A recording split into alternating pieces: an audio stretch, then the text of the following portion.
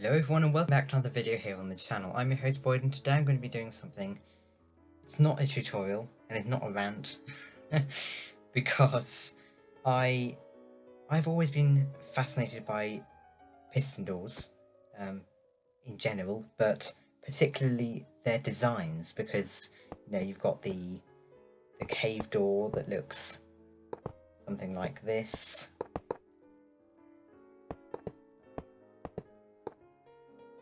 Like that.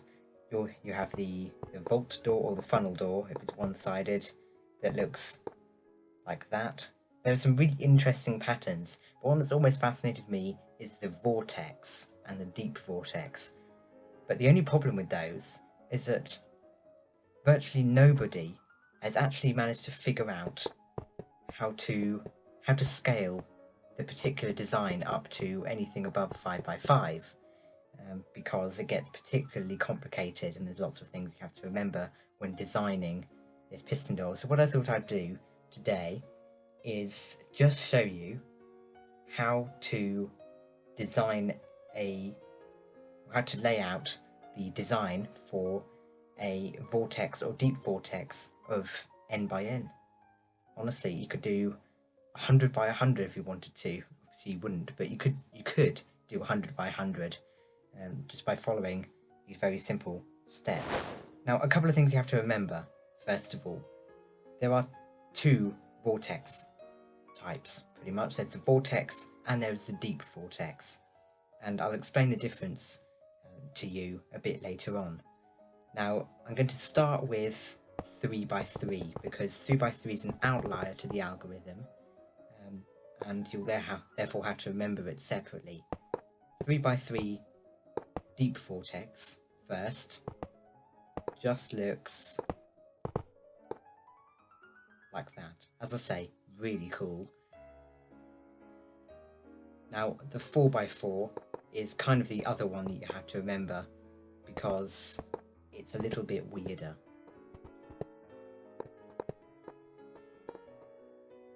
It looks like that. Now the 3x3 will never be seen in any of the piston doors as you go up. So even when you encounter the 5x5 that essentially has a 3x3 in the middle, doesn't have this particular design. And I'll explain why, or I'll show you a little bit later on. However, every even by even vortex or deep vortex has exactly this in the middle. So the first thing you're going to do to make a deep vortex, start with deep vortex.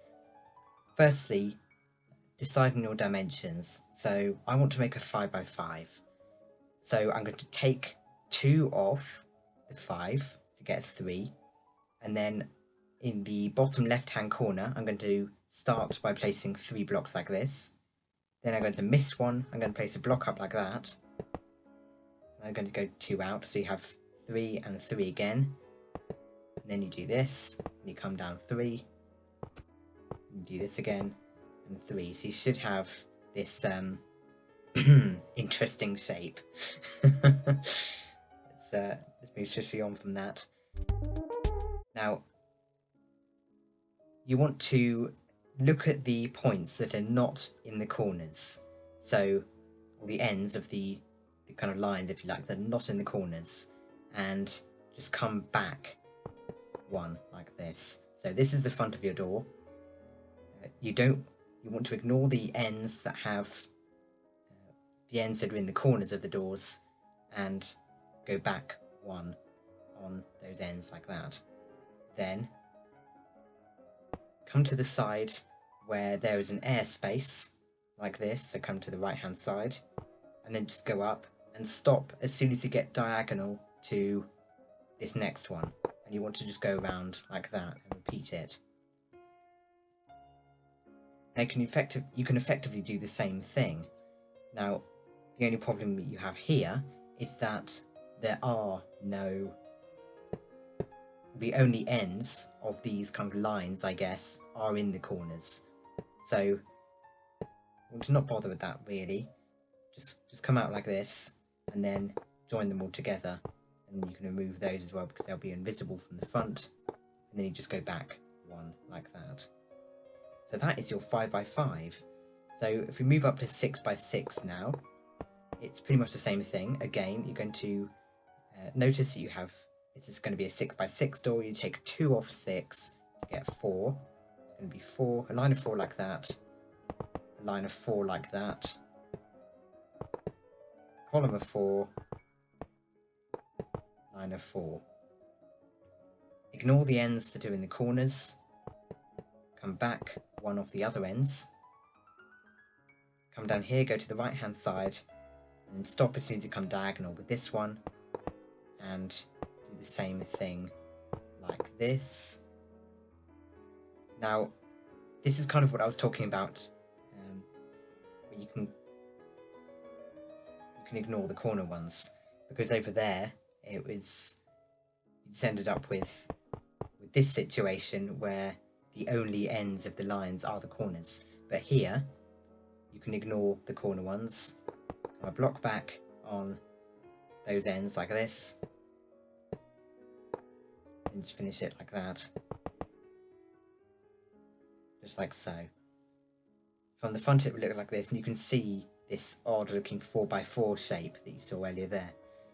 So you can just remove all of the ones that are going to be invisible from the back, because otherwise it makes the layout like 10 times more complicated. And there you go, you've got a 6x6 vortex. Now, I could only find one of these on YouTube, and I'll link that in the description down below, and it was on Java Edition. But we'll move on to the 7x7 now. So it is literally the same algorithm, but as we get further up, it will be easier for me to explain what the algorithm is, because there'll be more instances for you to follow the rules. So it's 7x7, so you're going to take 2 off 7, it's going to be 5. So 1, 2, 3, 4, that's going to be a line of 5, skip 1 like this, another line of 5, skip 1, another line of 5, and the same down here as well. Ignore the ends that are in the corners and come back 1 off the other ones like this. Come down here, go to the right hand side, and then stop as soon as you come diagonal like that. And then make sure it has order 4 rotational symmetry. Now, this is a much easier way of showing you now, because you can ignore the ones that are in the corners and come back off the other ends like this. Then you can come down here, go to the right, and then stop as soon as you come diagonal with this one, and then do the same thing. And then we have exactly the same situation as you had over here. So you can just complete that. That would be like a little 3x3 cave door. The reason why I say that this is kind of an outlier to the algorithm is because, yeah, in odd doors, it's not there. It's a 3x3 cave door instead. I guess you could, if you wanted to, change it around a little bit to make it like that, but it's not going to be recorded or anything like that on the records page, because of the fact that it's not actually a vortex. Yeah, you could do that if you wanted to, although the layout will be extraordinarily complicated. But it's certainly an option if you wanted to do that. Now, 8x8 now. I'm just going to go up to 8x8 and then I'm going to stop and show you how to transform a deep vortex into a regular vortex.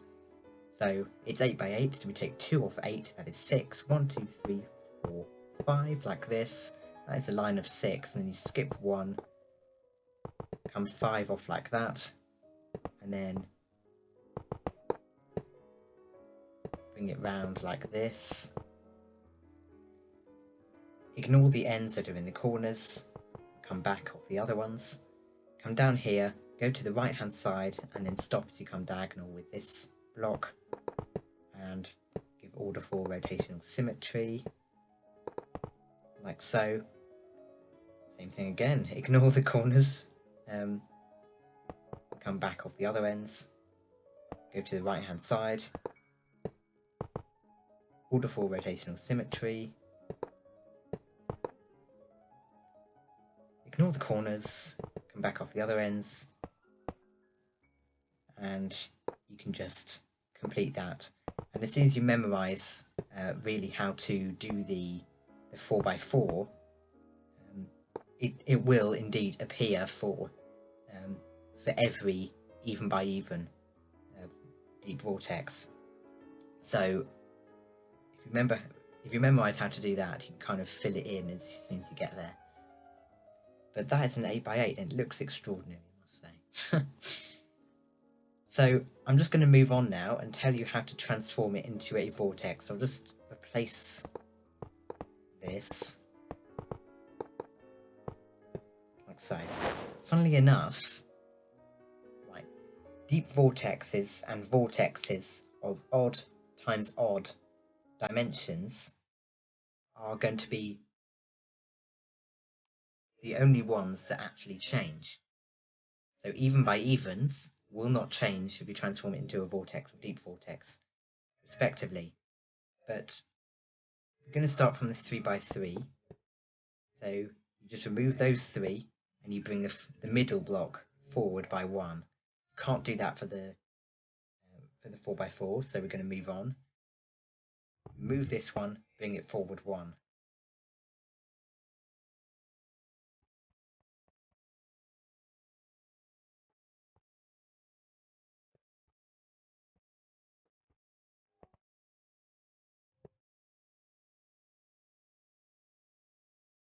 Remove the middle block, bring it forward by 1, and obviously we ended on 8x8, which can't be changed.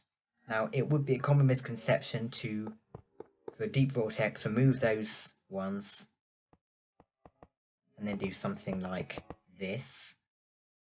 But as cool as that looks, that is unfortunately not correct. So if you want to make a proper vortex,